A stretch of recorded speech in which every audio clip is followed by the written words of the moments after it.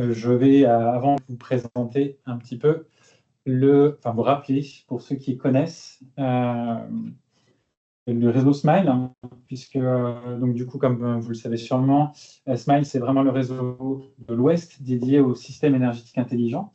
Donc on parle de circuits courts de l'énergie, d'autoconsommation individuelle. C'est un sujet qu'on connaît bien, d'énergie renouvelable évidemment, via le pilotage, la flexibilité. Il y a des sujets de stockage, évidemment. L'effacement fait partie des techniques qu'on utilise aussi. Et on a l'appropriation citoyenne de l'énergie avec les consommateurs. Alors, nous sommes un écosystème particulier puisqu'on est sur deux régions, Bretagne et Pays de la Loire. Et notre but, c'est de favoriser l'interface entre le privé et le public, à savoir les acteurs régionaux, que sont la région de Bretagne, le Pays de la Loire, mais aussi l'ADEME, RTE, Enedis, RT Gaz, GRDF, donc les producteurs et distributeurs d'énergie, transport aussi d'énergie, et les acteurs de la transition, les territoires notamment, avec les syndicats départementaux d'énergie, les intercommunalités. Et puis on a après tout l'écosystème de start-up ou de PME ou de grands groupes qui vont apporter des solutions. Donc, les acteurs institutionnels, les territoires et les solutions, les apporteurs de solutions. Notre objectif, de manière générale, c'est de favoriser l'émergence de projets démonstrateurs, puisque c'est grâce à ça qu'on va avoir de plus en plus de retours d'expérience et aller de plus en plus vite sur des projets de plus en plus gros au sein de nos territoires. Donc pour démontrer que les systèmes énergétiques intelligents sont pertinents pour améliorer le mix énergétique, pour avoir de plus en plus d'énergie renouvelable. Notre motto, c'est démontrer, partager, amplifier. On le fait avec trois composantes.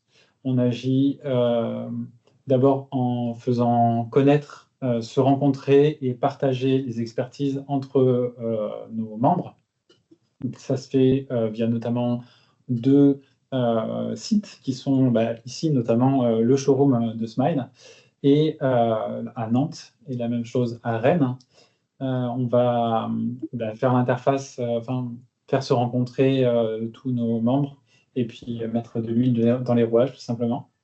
Deuxièmement, on a une stratégie de valorisation de projet via l'homologation, une démarche d'homologation qui va apporter du crédit à un projet en reconnaissant en fait les différents axes, les différentes briques, on va dire, de réseaux énergétiques intelligents au sein de ces entreprises. Donc, on en a 103 des projets comme ça qui sont homologués dans les régions Bretagne et Pays de la Loire. C'est la carte que vous voyez juste en dessous.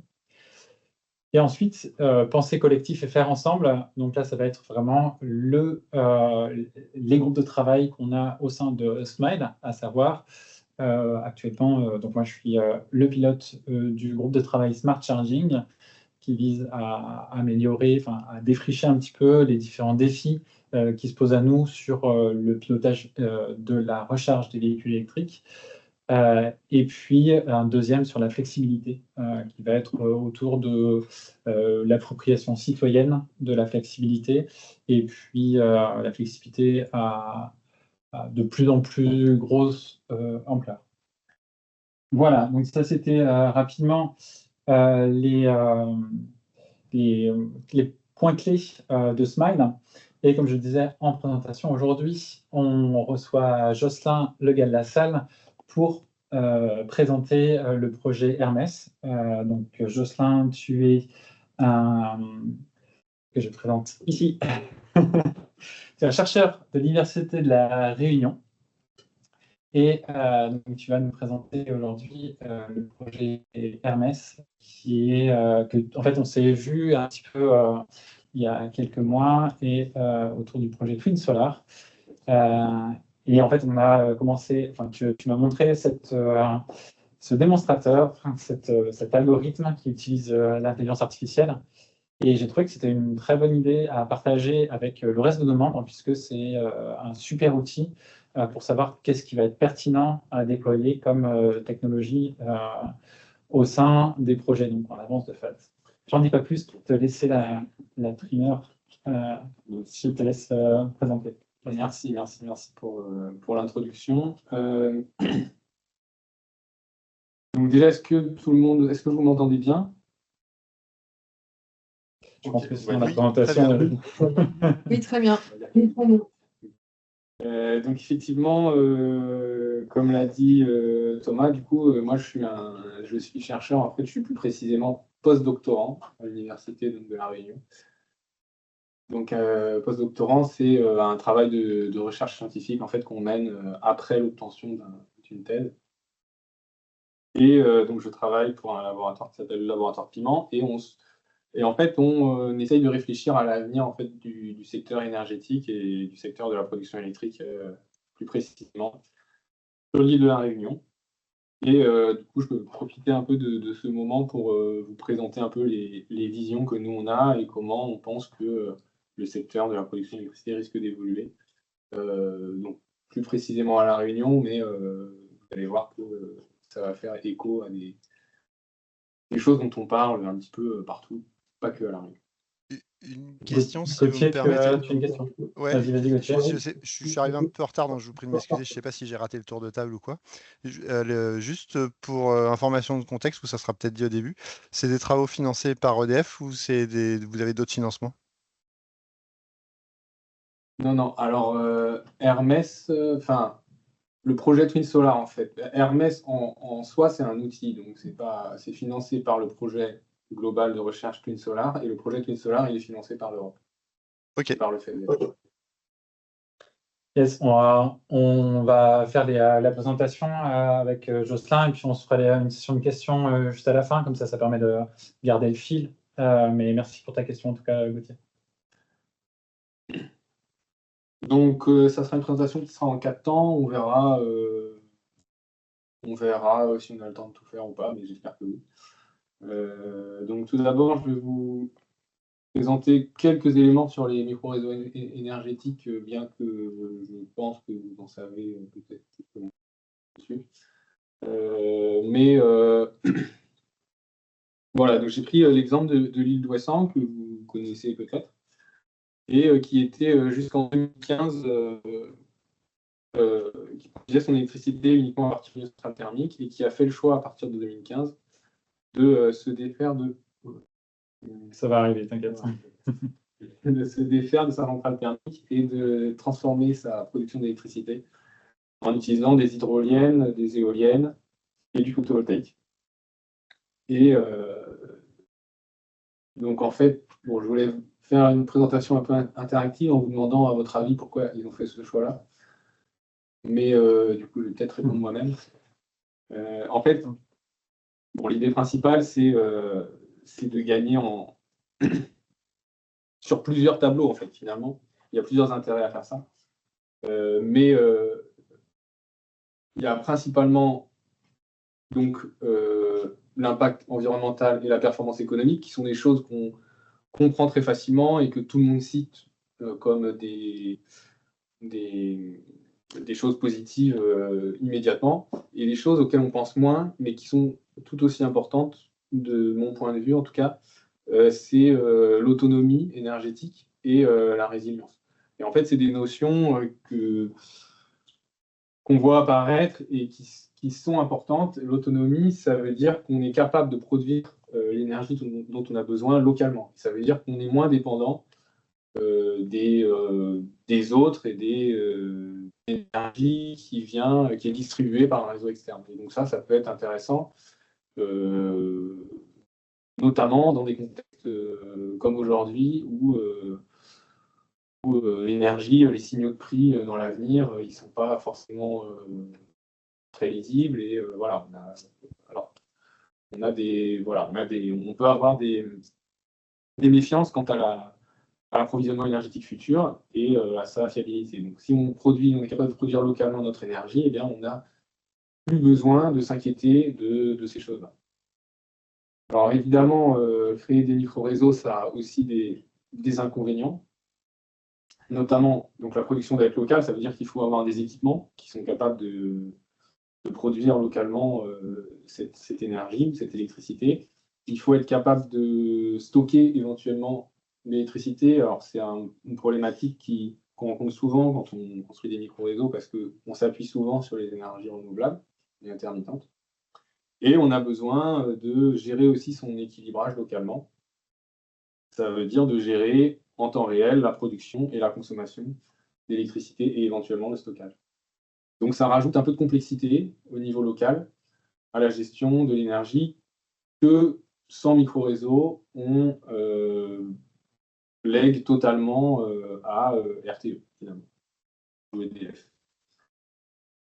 Une fois qu'on a décidé donc, de créer un micro-réseau, localement, il y a beaucoup de questions qui se posent. Et en fait, c'est des questions que nous, on s'est posées, que nous, on est même en train de se poser à l'Université de La Réunion, si je veux être plus précis. Donc les premières questions, c'est quels sont les objectifs? Qu'est-ce qu'on veut réellement atteindre? Est-ce que les objectifs les plus importants, ils sont économiques? Est-ce qu'ils sont environnementaux? Ou est-ce qu'ils sont en termes d'autonomie ou d'autosuffisance? Quand je vais utiliser le mot autosuffisance, ça va être un synonyme du mot autonomie dans cette présentation. Et en fait, selon les objectifs qu'on va se fixer, eh bien, peut-être que les architectures optimales du micro-réseau en termes d'équipement de production et en termes d'équipement de stockage, eh bien, ça ne sera pas les mêmes. Là, on peut prendre l'exemple, par exemple, ici, donc, d'un agriculteur qui fabrique des céréales et des poissons, par exemple. Il y a en fait plein d'architectures possibles. Donc, il peut souhaiter augmenter localement son autonomie énergétique. Mais par contre, ce n'est pas évident de savoir quelle va être la meilleure architecture et le meilleur dimensionnement possible de ces équipements. Donc, il peut par exemple décider d'installer, comme ici, des panneaux photovoltaïques en toiture. C'est une solution, mais pourquoi ne pas, par exemple, aussi ajouter des panneaux photovoltaïques au sol pour avoir plus de puissance? Pourquoi ne pas rajouter un stockage? Est-ce qu'il faut ou pas rajouter un stockage? Donc ça va dépendre des objectifs qu'il va se fixer. S'il a des objectifs uniquement économiques et que l'approvisionnement en électricité n'est pas très cher, il est probable que rajouter un stockage n'est pas intéressant. Par contre, s'il a des objectifs d'autonomie et qu'il veut être complètement autonome en énergie et qu'il fonctionne à partir de panneaux PV, là, il va avoir besoin de stockage.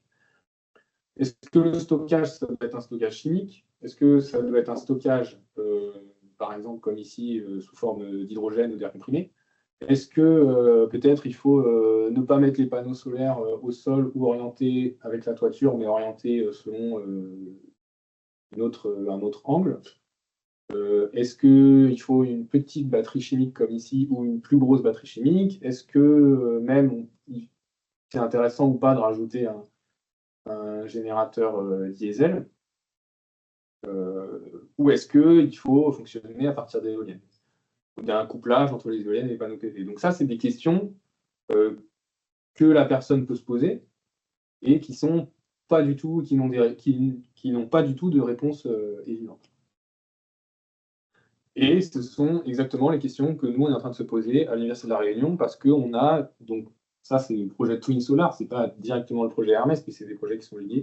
Il n'y a pas forcément beaucoup le temps de parler de Twin Solar, mais en fait, l'idée de Twin Solar, c'est de concevoir un micro-réseau sur le campus universitaire de Saint-Pierre, qui est une ville au sud de l'île de La Réunion.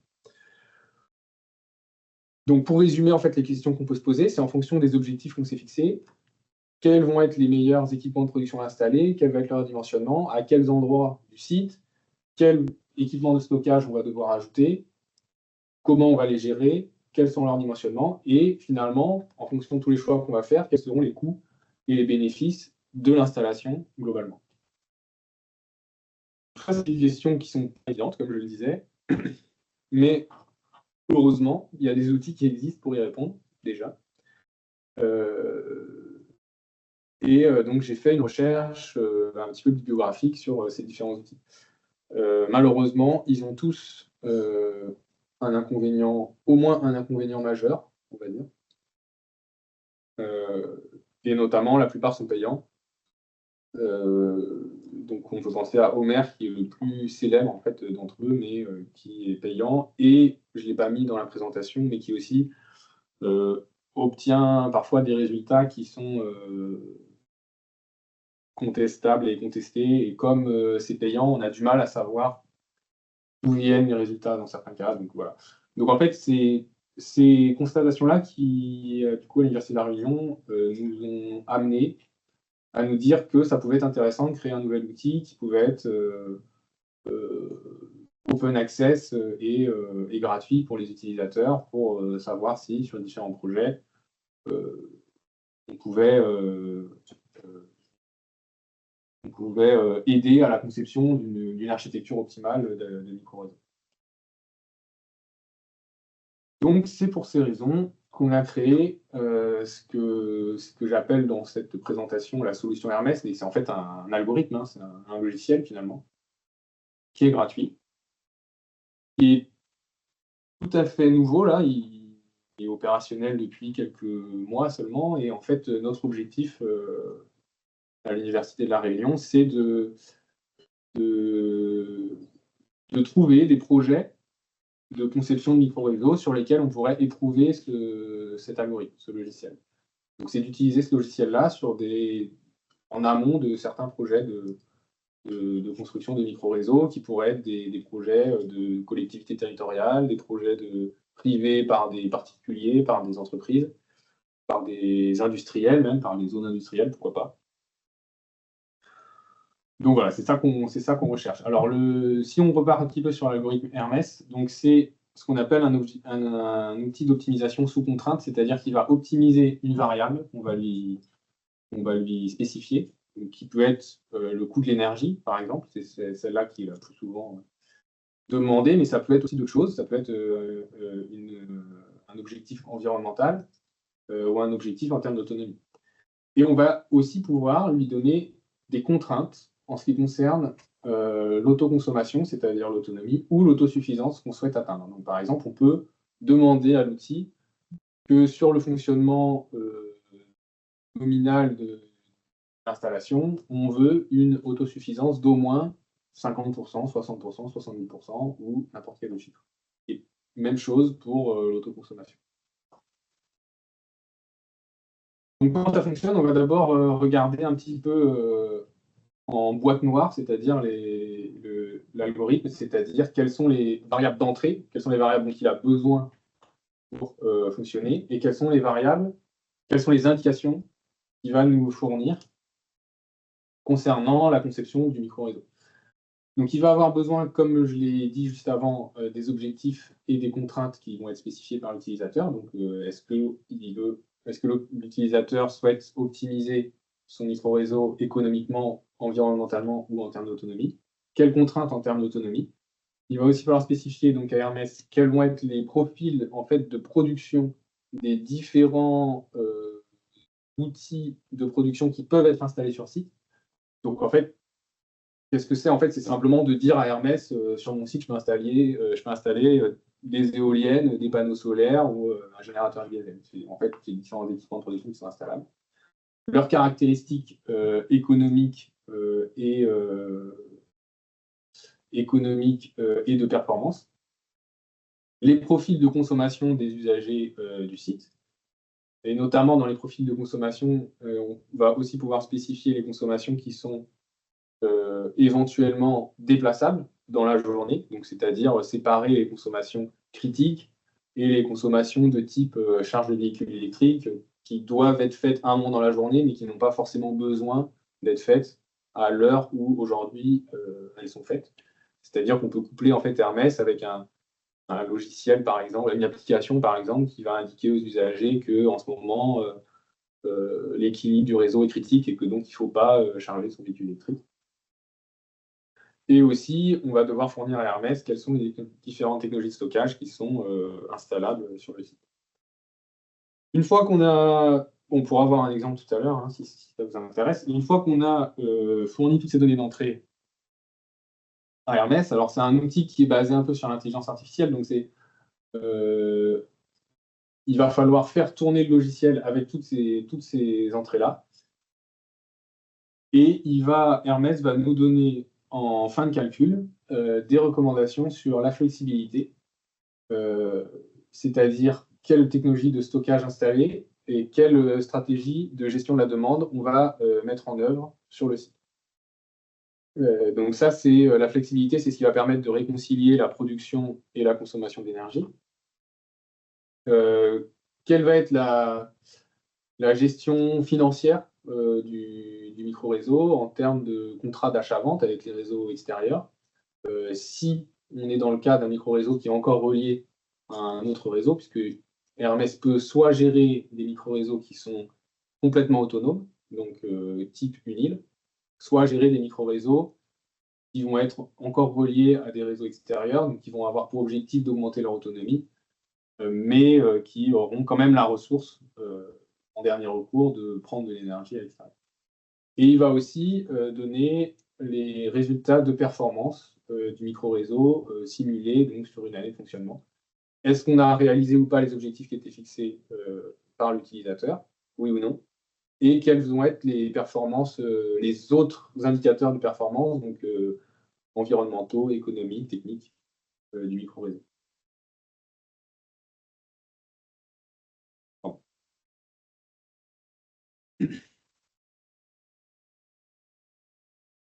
Donc, aujourd'hui, Hermès peut prendre en compte 4 types de production d'électricité, soit les panneaux photovoltaïques, soit les éoliennes, soit les générateurs diesel, soit l'hydroélectricité. C'est juste une question de conception et en fait, ça pose aucun problème de rajouter d'autres types de production si jamais il y a quelqu'un qui nous demande de le faire. Ce sera juste, c'est quasiment pas de boulot. C'est juste aujourd'hui, c'est ça qui est installé. Mais voilà, c'est très facile d'en rajouter d'autres. Pour le stockage énergétique, ça va être la même chose. Ça, c'est ce qui est installé aujourd'hui dans Hermès, mais on peut rajouter d'autres choses. Donc, ça va être des volants d'inertie, des batteries chimiques, du stockage sous forme d'air comprimé, du stockage sous forme d'hydrogène et du stockage sous forme de STEP, donc de barrage hydraulique. De chaleur, non? Oui, merci Thomas, de chaleur. Et aussi. Alors là, je vais essayer de présenter rapidement comment ça fonctionne à l'intérieur du logiciel d'intelligence artificielle. Je peux aller plus ou moins vite. Je vais essayer de tout présenter. Enfin, bon, je vais essayer de tout présenter. Et puis, si jamais c'est trop compliqué, Thomas, tu me fais Donc, c'est un algorithme d'optimisation génétique. Comment ça marche? En fait, on va simuler dans le logiciel l'évolution d'une population avec les lois darwiniennes de l'évolution. Donc, on va prendre une population initiale d'individus au hasard. On va tirer des individus au hasard. Enfin, on va pas tirer des individus au hasard, on va tirer leur génotype au hasard. On va tirer des génotypes d'individus au hasard. Qu'est-ce que c'est, qu'est-ce que ça veut dire un individu? Qu'est-ce que ça représente en fait, dans le cas de Hermès? Oui. Alors, c'est peut-être pas très bien fait, j'en parle après, en fait, mais effectivement, tu as raison, il vaut mieux que je le dise maintenant. Un individu, en fait, c'est une solution possible d'architecture de micro-réseau. En fait, il va y avoir un parallèle entre la théorie de l'évolution et le problème de la conception d'un micro-réseau. Donc, un individu, le génotype d'un individu, c'est un ensemble d'équipements de stockage, un ensemble d'équipements de production, une stratégie de gestion de pilotage du micro-réseau et du stockage, un contrat d'achat-vente avec l'extérieur et une stratégie de gestion de la consommation. Et cet ensemble de 5 paramètres, il va constituer le génotype d'un individu. Donc tous les individus, ce sera plein de solutions possibles à notre problème. Et en fait, on va calculer les indicateurs de performance associés aux différentes solutions. Et on va dire que ces indicateurs de performance, ça va être des scores d'adaptation des individus à leur environnement. Et en fait, le parallèle avec la théorie de l'évolution, c'est là qu'il est intéressant, c'est que plus les individus qui vont avoir un score d'adaptation qui va être élevé, plus ils vont avoir de chances de se reproduire. Et plus leur score va être mauvais, plus ils vont avoir de chances d'être éliminés sans s'être reproduits. Donc en fait, on va simuler une phase de reproduction d'une génération, en disant que en faisant se reproduire entre eux, en fait, les individus les mieux adaptés et en éliminant les moins bien adaptés. Et on va simuler aussi la recombination génétique. Ça veut dire que les enfants vont être le fruit d'une combinaison génétique de leurs deux parents, qui est ce qui se passe en vrai pour nous. Donc c'est comme ça qu'on va construire la génération suivante à partir de la génération parent. Et on va également simuler une mutation génétique aléatoire, c'est-à-dire que tous les enfants peuvent avoir une probabilité d'avoir certains gènes qui vont muter de manière complètement aléatoire. C'est aussi ce qui se passe pour nous, d'ailleurs. Et donc, à partir de ce processus, on va simuler la création d'une génération enfant à partir d'une génération parent. Et globalement, les scores d'adaptation de la génération enfant vont être plus élevés que les scores d'adaptation de la génération des parents. Et pour nous, en termes de micro-réseau, ça veut dire que les performances des solutions qui sont proposées dans la génération enfant vont être plus intéressantes que les performances des solutions de micro-réseau qui sont dans la génération des parents. Donc, ça veut dire qu'en faisant ce processus de manière itérative sur plein de générations, eh bien, à la fin, à la dernière génération, on arrive à des solutions qui sont satisfaisantes. Hop là, je vais trop vite. Et donc, ça, je l'ai déjà dit, mais du coup, un individu, dans notre problème à nous, c'est l'ensemble de... le génotype d'un individu va être constitué de 5 chromosomes, un qui représente les systèmes de stockage, un, la gestion de la consommation, un autre chromosome, c'est le parc de production, la stratégie de pilotage et les échanges avec d'autres réseaux. Ensuite, Hermès, c'est un algorithme distribué, ça veut dire qu'il fonctionne sur des cœurs de calcul en parallèle, et donc ce processus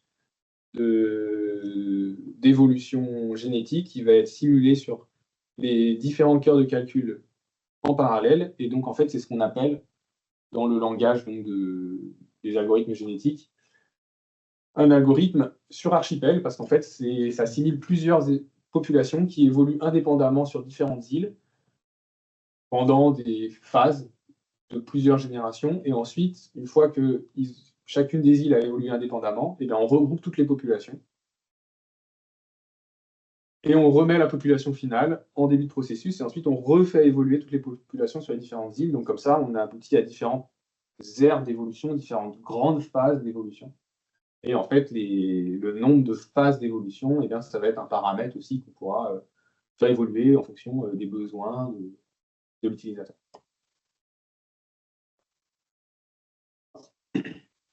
Donc, pour voir un petit peu comment ça fonctionne sur des cas réels, j'ai sélectionné 2 cas d'application d'Hermès.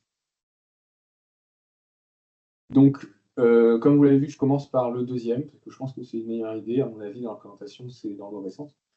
Donc, on commence par le chapitre 4. Et donc, c'est l'utilisation d'Hermès pour l'autoconsommation, donc pour le dimensionnement d'une installation d'autoconsommation individuelle donc sur une maison. Donc, j'ai pris des données de consommation électrique d'une maison individuelle donc sur des bases de données ouvertes fiables. Donc là, vous avez la consommation électrique de la maison sur l'année. Donc vous pouvez voir que en fait, comment ça marche, c'est à peu près le même type de maison qu'on va avoir chez nous, en France métropolitaine, du coup, donc pas à La Réunion, où en fait il y a plus de consommation l'hiver, et puis il y a quelques pics l'été quand il fait vraiment chaud et qu'on met la clim. Et vous avez en dessous la production photovoltaïque d'un panneau solaire qui peut être installé sur la toiture. Donc une consommation à peu près typique où il y a plus de production l'été et même plutôt en mi-saison que l'été déjà. Donc l'objectif là qui a été spécifié à Hermès, c'est de maximiser la valeur économique de l'installation d'autoconsommation. Donc voilà comment j'ai paramétré Hermès sur cet exemple-là. Donc j'ai dit qu'on pouvait utiliser uniquement le photovoltaïque, que le coût d'installation du panneau solaire, c'était 800 €, que la durée de vie, c'était 20 ans, et toutes les technologies de stockage donc, sont disponibles, enfin toutes non, puisqu'il n'y a pas, pardon, pas toutes, il n'y a pas l'hydroélectricité, il n'y a pas le thermique et il n'y a pas l'hydrogène, mais par contre, sur les batteries chimiques, il y a toutes les technologies qui existent, enfin, pas toutes les technologies, mais il y a beaucoup de technologies qui existent, qui sont considérées donc, par Hermès. Et j'ai mis uniquement un contrat d'achat-vente avec un fort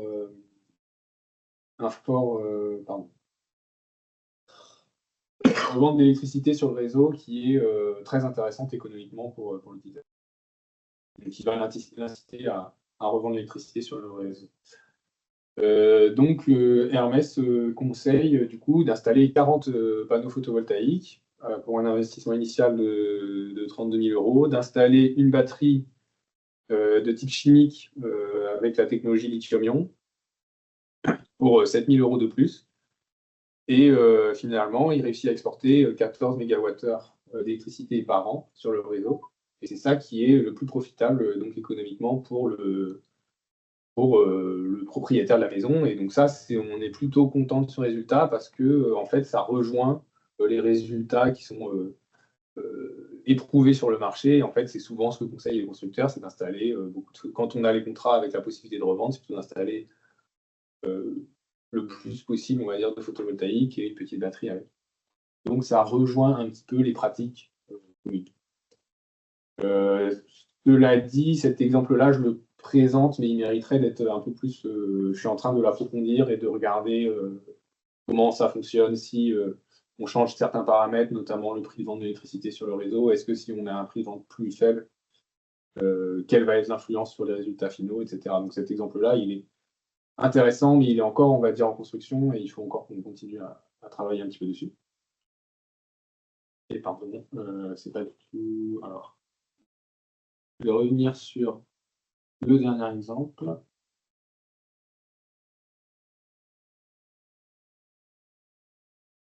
Et je vais vous présenter les résultats que nous a donné Hermès pour la conception donc, du micro-réseau dont je vous parlais tout à l'heure, le micro-réseau qu'on souhaite concevoir sur le campus universitaire donc, de Saint-Pierre.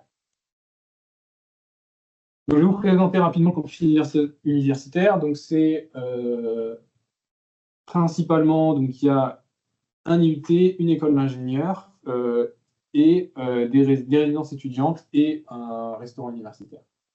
Donc, tout ça, c'est aggloméré ensemble. Et en fait, on avait pour objectif, dans le projet Twin Solar, d'augmenter l'autosuffisance du campus à partir de photovoltaïque. Et en fait, on s'est rendu compte que sans stockage, on était bloqué à un taux d'autosuffisance d'à peu près 50-55%. C'est ce qu'on peut voir sur la courbe qui est en bas à droite.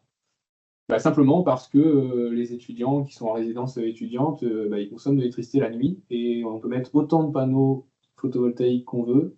De toute façon, la nuit, on n'aura rien. On n'aura pas de production. Et donc, sans stockage, ça veut dire que le taux d'autosuffisance, il sera de toute façon bloqué. Et donc, c'est pour cette raison qu'on a eu l'idée de... En fait, originalement, c'est pour cette raison qu'on a eu l'idée de créer Hermès, mais c'est ce résultat-là qui justifie en fait l'utilisation d'Hermès sur la conception de ce micro-réseau.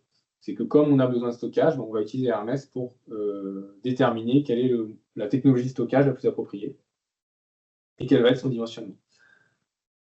Donc, comment on a paramétré Hermès? Eh bien, simplement, on a été voir sur chacune des toitures si elles pouvaient ou pas supporter l'installation de nouveaux panneaux photovoltaïques, parce qu'on a déjà quelques panneaux photovoltaïques sur certaines toitures.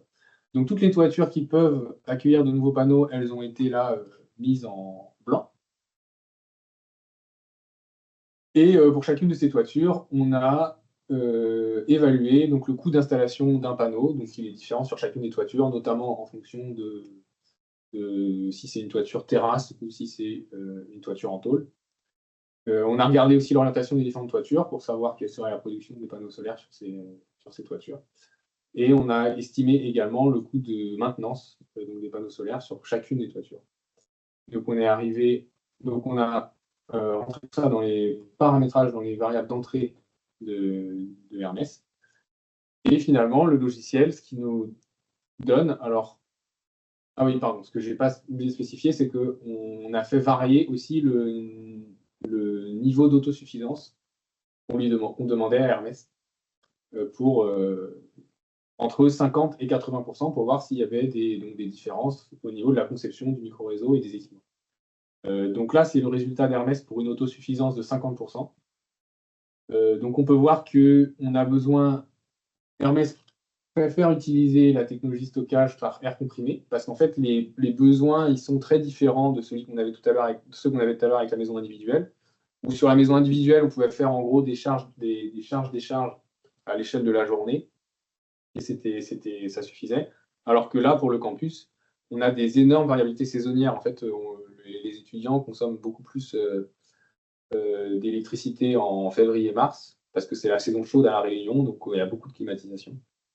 Alors que pendant les vacances scolaires, en juillet-août, il n'y a pratiquement pas de consommation. Donc, en fait, il y a des énormes différences saisonnières, et donc on a besoin de technologies de stockage qui vont permettre de faire des charges et des décharges à l'échelle de l'année, donc de stocker des grandes quantités d'énergie en juillet-août et de les restituer en janvier. Donc, ce n'est pas les mêmes technologies de stockage qui vont être préférées par Hermès dans ce cas d'application-là.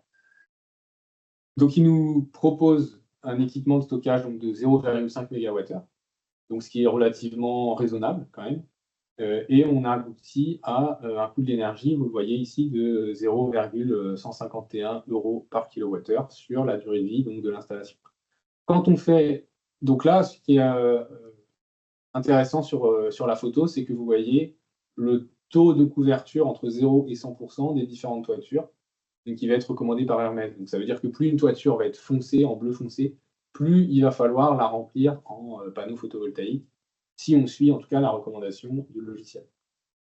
Donc si on fait augmenter l'autosuffisance, vous voyez que les toitures, elles s'assombrissent. Ça veut dire que Hermès recommande d'installer plus de panneaux solaires. D'ailleurs, tout à l'heure, on était à 900 panneaux solaires, 900 modules au total. Là, on est à 1200 sur le campus pour une autosuffisance de 60%. Et surtout, ce que vous voyez aussi, c'est qu'il privilégie toujours le stockage d'énergie par air comprimé, mais le dimensionnement augmente. On est passé de 0,5 à 1 MWh. Également, le coût de l'énergie augmente relativement peu pour l'instant, mais quand même, on passe à 0,156 € du kWh. Et en fait, quand on augmente encore l'autosuffisance et quand on passe à 70%, et bien là, on voit que à la fois le besoin en stockage explose. Là, on est à 5 MWh.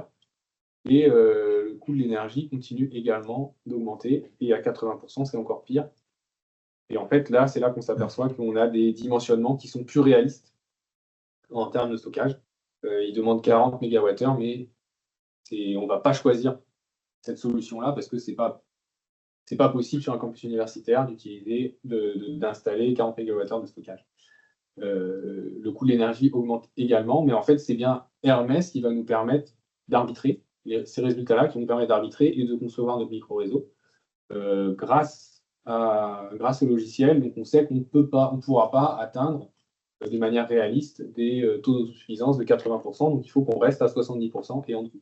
Donc, si on résume en fait le besoin en panneaux PV en fonction de l'autosuffisance, c'est le graphique qui est en haut à gauche. Donc on voit le taux de couverture global du campus qui est au départ de 50% et puis qui s'approche tranquillement de 100% quand on augmente l'autosuffisance. Par contre, le besoin en stockage, lui, il explose à partir de 70%. Et donc ça veut dire que 70% d'autosuffisance, c'est probablement la limite maximale de ce qu'on doit viser à l'échelle du campus. Et c'est la même chose en termes de coût de l'électricité sur la durée de vie du projet. Ça explose à partir de 70%. Et en fait, si le coût de l'électricité il explose, c'est parce que le coût en investissement initial et en maintenance pour le stockage, il explose aussi. Donc en fait, c'est lié et ces deux résultats ils sont très très liés. Donc on peut voir que ce qui est raisonnable, c'est probablement de viser une autosuffisance de 70 ou 75% sur le compte. Et c'est bien Hermès qui nous a permis d'obtenir ces résultats-là. De la même manière, on voit que selon l'autosuffisance, c'est bien les coûts en investissement initial qui explosent.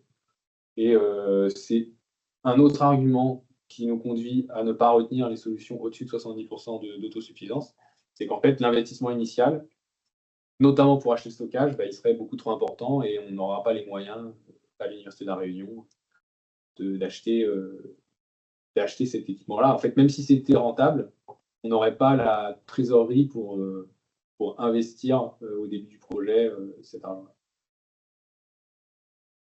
Donc voilà, et aussi pour vous montrer, donc, on peut considérer que la solution à 70% d'autosuffisance, elle est intéressante, et on peut décider qu'on va sur cette solution-là, et du coup, on peut demander à Hermès de nous donner des résultats complémentaires sur donc, les coûts de l'énergie en OPEX, CAPEX, le dispatching journalier, donc comment on va gérer l'énergie à l'échelle journalière, à quel moment on produit, à quel moment on importe, à quel moment on exporte de l'électricité, à quel moment on stocke. Il y a un bilan global sur le campus, sur les importations, les exportations, les échanges entre le PV, le stockage, et entre le stockage et les bâtiments de consommation, et les bâtiments du Crous, et des étudiants, et les bâtiments de l'unité. Et on a également l'état de charge de stockage en fonction du mois, enfin du jour de l'année. Et on retrouve un petit peu ce que je disais tout à l'heure, c'est que en fait, le stockage, il est surtout chargé en fait jusqu'en mars, et en mars, il se décharge d'un seul coup parce qu'il y a beaucoup de demandes d'électricité. Et ensuite, il se recharge tranquillement de mars de avril jusqu'au janvier de l'année d'après. Et en fait, ces résultats-là, ils sont dus au fait qu'il y a vraiment des grosses variabilités saisonnières dans la consommation du campus et des étudiants. Yes. Donc voilà ce qu'on peut faire un petit peu avec Hermès. Je vais raccrocher au dernier slide.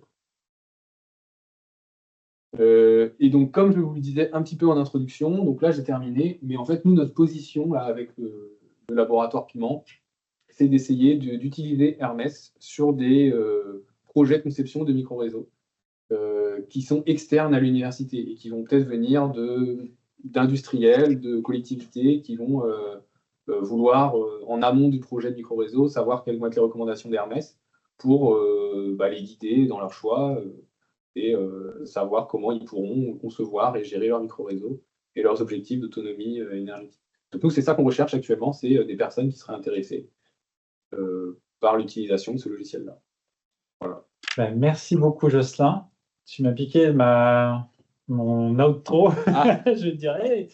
Du coup, Smile est un super réseau pour chercher des projets qui pourraient éprouver votre système. Et donc, du coup, j'ai vu passer quelques questions sur le chat tout à l'heure. Donc, on va peut-être donner la parole à Gauthier. Je crois qu'il y avait 2 questions.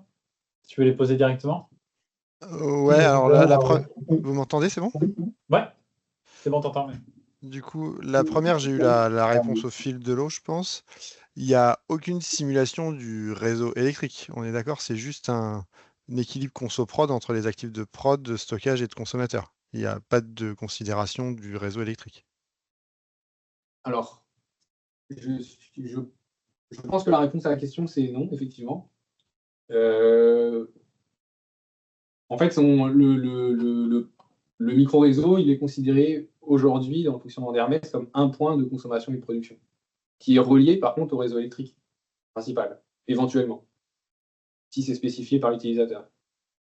Okay. Mais comme c'est un seul point de production et de consommation, l'équilibrage, il est assuré sur ce point-là, localement.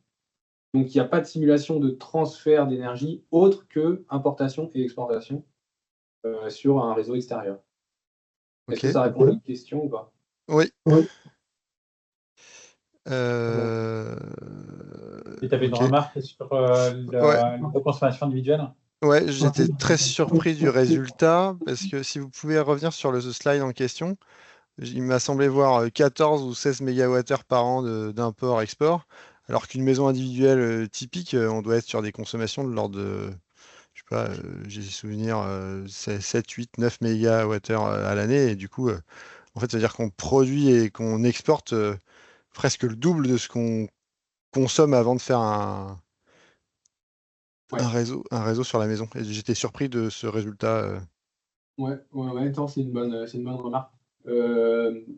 Alors, comme je l'ai un peu dit dans la présentation, en fait, c'est un exemple sur lequel on doit continuer de travailler et notamment vérifier peut-être ces résultats-là. J'ai pas, en fait, il faudrait regarder si la consommation totale de la maison qui a été simulée, elle est très supérieure ou pas aux consommations moyennes. Je sais pas. Il faudrait vérifier si c'est une maison qui consomme Beaucoup, oui. beaucoup ou pas. En tout cas, sur l'exportation, par contre, ce qui se passe, c'est assez simple. C'est que le prix de revente qui a été fourni en fait à Hermès en entrée, il est assez élevé, ce qui fait qu'en fait Hermès il considère que dans tous les cas, il vaut mieux installer beaucoup de panneaux et revendre le plus possible parce que le prix de revente il a été considéré comme il a été mis comme très intéressant. Donc en fait sur la quantité d'exportation, ça ne me surprend pas du tout. Sur la quantité d'importation, il faudrait vérifier sommer effectivement les consommations de la maison sur l'année et vérifier que c'est bien, qu'on retrouve bien la cohérence. C'est une maison américaine, en fait. C'est pour ça. C'est pas une maison vendéenne. Non, mais cela dit, tu as raison, Thomas. J'ai pris la base de données d'une maison je pense, à Portland, je crois. Donc, c'est effectivement. Ah, ok. Je pensais dire une bonne. Non, pas du tout. Yves, tu as une question? Oui, bonjour Yves Bollet de Énergie Citoyenne en Pays de Vilaine. Moi, j'ai pas trop compris au niveau des algorithmes le parallèle entre l'évolution darwinienne et éventuellement une simulation chronologique entre production et consommation. Parce que bon, nous, on a travaillé un peu sur différentes simulations au niveau du projet L de flexibilité et on a fait des simulations chronologiques. Et je ne vois pas trop le rapport entre justement cette évolution darwinienne. Vous parliez de reproduction, comment on peut passer d'une génération à une autre. Voilà, ça c'était une première question. Une petite aussi question sur Ouessant. Je voyais qu'il y avait une éolienne de 900 kW. Donc, je ne sais pas si c'est un projet, parce que d'après que je sache, il n'y a pas d'éolienne sur Ouessant. Et puis, donc, dernièrement, nous, on travaille sur un projet ELF2 avec de l'autoconsommation collective citoyenne. Et effectivement, peut-être que votre logiciel pourrait nous intéresser et donc savoir si comment on pourrait en disposer, ou si vous faites les simulations sur un projet externe, ou si nous on travaille sur notre propre projet avec Hermès, et puis s'il existe une notice de présentation de ce projet-là avec détailler les entrées, les sorties, comment on peut utiliser tout ça. Voilà, ça fait peut-être beaucoup de choses. Excusez-moi. Alors, non, mais merci pour les questions. Alors, pour commencer sur OS100, je pourrais pas faire autre chose que vérifier. Je sais pas, je vérifierai. Moi, j'avais vu qu'il y en avait. En fait, j'ai pas visité l'île. Donc, moi, j'ai vu qu'il y avait installé une éolienne en 2015. Après, je pourrais revérifier. Oui. Il y a eu un projet sur l'île de Saint qui est en cours, mais sur Ouessant, je pensais pas que ça puisse être fait. Mais c'est pas grave, c'est un tout petit détail, simplement. Mais, voilà, il me semble effectivement que sur Ouessant, le projet d'éolienne a été abandonné. Ouais. Ah, ok. Bon, mais il devait être dans nos fiches. Par contre, ça dit pas que la fiche est à jour sur le site de Smash. C'est pas sûr. Alors, pour répondre le mieux possible à la question sur le parallèle entre l'évolution et le fonctionnement du micro-réseau. En fait, un individu, il contient déjà...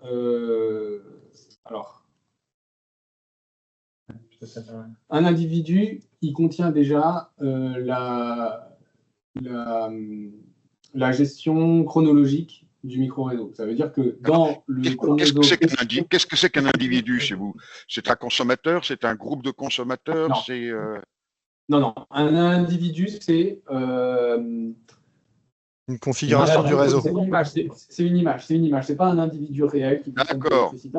C'est une image, c'est une représentation d'un ensemble qui constitue une solution au problème de la conception du micro-réseau. Donc, un individu, ce que vous appelez le génotype. Voilà. C'est, par exemple, si je vais avoir le problème de la maison individuelle, un individu, ça va être 20 panneaux solaires, pas de système de stockage, pas de gestion de la consommation, pas de stratégie de pilotage, parce que comme s'il n'y a pas de stockage, il n'y a pas de stratégie de pilotage, et un profil chronologique d'importation et d'exportation sur le réseau EDF. D'accord. Ça, c'est un individu. Et en fait, cet individu-là, donc ce fonctionnement-là du micro-réseau, avec juste 20 panneaux solaires et un profil chronologique d'importation-exportation, et ben, je vais caractériser ce que j'appelle son adaptation à l'environnement, ça veut dire sa performance économique. Donc, je vais calculer en fait les gains de cette installation-là, en fait, de ce micro-réseau-là. Je vais les calculer en simulant le fonctionnement sur l'année. Et selon le résultat, eh ben, je vais dire que cet individu, il a plus de chances d'être éliminé si vraiment la performance elle est trop mauvaise, ou il a plus de chances de se combiner avec un autre individu qui a également un bon niveau de performance pour essayer de trouver une solution qui va être encore meilleure que les deux parents qui avaient déjà des bons scores, mais qu'on peut espérer encore dépasser en les combinant ensemble. Donc par exemple, si je vais avoir un parent qui va être, comme je le disais là, 20 panneaux solaires et une chronologie d'importation et exportation, un profil d'importation-exportation sur le réseau EDF. Donc ça va être par exemple un des deux parents et il a un bon score, et l'autre parent qui va avoir aussi un bon score et qui va rester selon l'évolution darwinienne, qui va pouvoir se reproduire, ça va être au lieu de 20 panneaux solaires, il y en a 35, et au lieu de pas de stockage, il y aura une petite batterie lithium-ion de 2 kg, de 10 kWh avec telle puissance, et qui aura aussi un profil de charge-décharge. Et quand je vais Donc, c'est mutualiser les configurations. Voilà. Et je vais associer ces deux parents-là, et l'enfant, ça sera peut-être un entre-deux. Donc peut-être qu'il aura 28 panneaux solaires au lieu de 20 et 35, et il aura une petite batterie qui sera entre pas de stockage du tout et la batterie qu'avait le deuxième parent. Donc une petite batterie de 5 kWh. Et là, je vais recalculer sur l'enfant le niveau de performance, et à nouveau, s'il a un bon score, ben, il va être gardé, il va se reproduire. S'il a un mauvais score, il va être éliminé. C'est comme ça que ça fonctionne. C'est vrai que je pense que c'est un bon exemple pour ELF2 parce que ça pourrait. Donc, ELF, c'est un projet, je ne sais pas si on en avait parlé rapidement, mais un projet citoyen de flexibilité, expérimentant localement la flexibilité énergétique. Je pense que ça pourrait être pas mal pour simuler notamment des objectifs de flexibilité pour dire si on est flexible à temps, si on arrive à modifier notre consommation de temps. Sur aussi le dimensionnement d'un stockage, d'un système de stockage. Ça pourrait être super intéressant aussi, puisque vous avez une production énergétique. Donc voilà, ça peut être vraiment. On a toute l'expérience, on a tout le vécu de ELF1 quand même.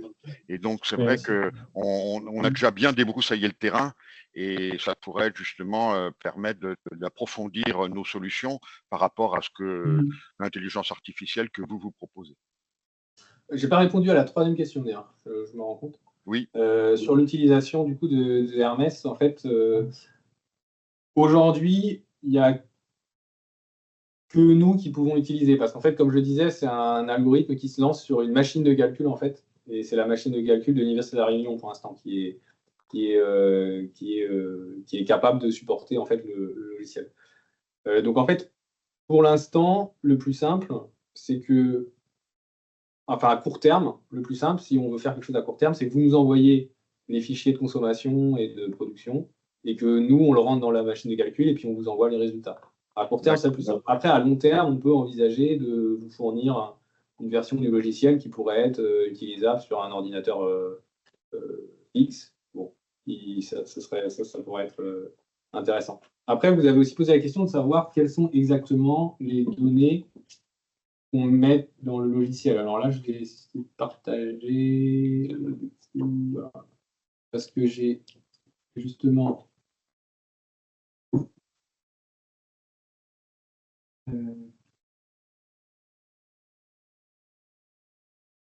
voilà, donc là, si vous voyez le partage, donc là, il y a un exemple d'un fichier qui est lu par, donc on peut rentrer dans le logiciel et qui va être lu par le logiciel. Donc là, on voit ce qui est important, c'est ici l'objectif, la contrainte plutôt, en termes d'autonomie. Donc là, c'est 0, mais on peut mettre 0,5, 0,6 en fonction de ce qu'on souhaite en termes d'autonomie sur le site. Ça, c'est le critère d'optimisation. Donc, c'est le critère qu'on va essayer de maximiser. Donc, soit ça, c'est un critère LCO, c'est un critère économique. On peut essayer de maximiser aussi l'autonomie, si on le souhaite, de minimiser les pertes énergétiques, de minimiser les émissions de CO2, de minimiser les émissions de carburants fossiles. Et ensuite, donc ça, c'est les deux variables qui vont être importantes sur cet écran-là. Et ensuite, il va y avoir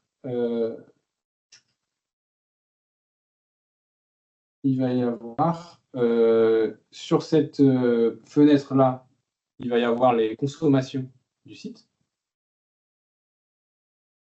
Éventuellement, les productions du site, s'il y a déjà des équipements de production sur le site avant la conception qu'on est en train d'imaginer. Ce sont des pas horaires sur un. Alors là, c'est des pas horaires, mais ça marche avec n'importe quel. Ça peut être des pas 10 minutes ou des pas 3 heures, c'est comme ça, c'est les caractéristiques des équipements de production qu'on veut mettre. Donc, le coût d'installation, le coût de maintenance, la durée de vie, la capacité maximale d'équipement qu'on peut installer. Ça, c'est les séries temporelles de production des différents équipements qu'on peut installer. Pardon, je vois que c'est... Voilà, donc ça arrive. Pardon. Sur cette fenêtre-là, c'est les productions, pareil au pas horaire ici, des différents équipements de production qu'on peut installer. Ça, alors du coup, je vais attendre. Voilà. Donc sur cette fenêtre-là, il faut rentrer les systèmes de stockage qu'on peut installer sur le site. Et sur cette fenêtre qui s'appelle Grid Prices, là, c'est les coûts d'achat et de vente de l'électricité sur le réseau ou les réseaux extérieurs. Et les différents contrats, là, il n'y a qu'un seul contrat qui a été mis, mais on peut rajouter d'autres contrats. Et en fait, le Hermès va choisir le contrat le plus intéressant. Et vous avez mentionné la flexibilité. Quels sont les paramètres d'entrée de cette flexibilité? Alors en fait, la flexibilité, c'est ici, dans la consommation, l'onglet Time Series. C'est pareil, j'attends que ça va arriver. Il y a une colonne, voilà. Donc j'ai parlé de la colonne C tout à l'heure, où on met la consommation des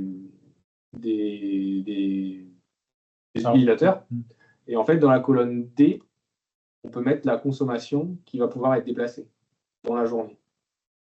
Donc là, on va mettre les consommations dans la colonne D, on va mettre les consommations des utilisateurs qui ont été enregistrés pour une année ou pour une journée donnée, mais qu'on estime qu'elles peuvent être déplacées à un autre moment de la journée. Et du coup, le logiciel le déplacera, si on s'appuie sur du photovoltaïque, probablement quand il y a du soleil, voilà, pour minimiser le besoin en batterie. Donc, voilà. Et sur la colonne E, c'est des consommations qui sont déplaçables, mais au lieu de les déplacer n'importe quand dans la journée, on les déplace n'importe quand dans l'année. Donc ça va être plus rare, à mon avis, en pratique, d'utiliser cette colonne-là. Et nous, on travaille plutôt sur l'éolien, et ça va être difficile de programmer tout ça. Enfin, bon, ça, c'est un détail aussi. Justement, c'est l'occasion d'éprouver le projet sur un cas concret, réel, et qui va permettre d'aller encore plus dans le détail, même si c'est impressionnant le nombre de paramètres qu'il peut y avoir. Je vois qu'il est 14h34, donc on a un petit peu dépassé sur l'horaire. S'il y a vraiment une dernière question, on peut la prendre, sinon on va en rester là. En tout cas, merci à tout le monde. Merci Jocelyn d'avoir à l'occasion de ton passage en France, être venu nous présenter ça dans les locaux de Smile. Et puis j'espère que ça va vraiment, la caisse de résonance de Smile va fonctionner et qu'on va pouvoir trouver un peu de projets qui vont pouvoir alimenter encore ce projet de recherche qui fonctionnerait très bien chez Smile. Ben, merci à tous d'avoir du coup écouté la présentation jusqu'au bout et puis pour les questions aussi. Et ben, bonne journée à tout le monde et puis on vous retrouve une prochaine fois.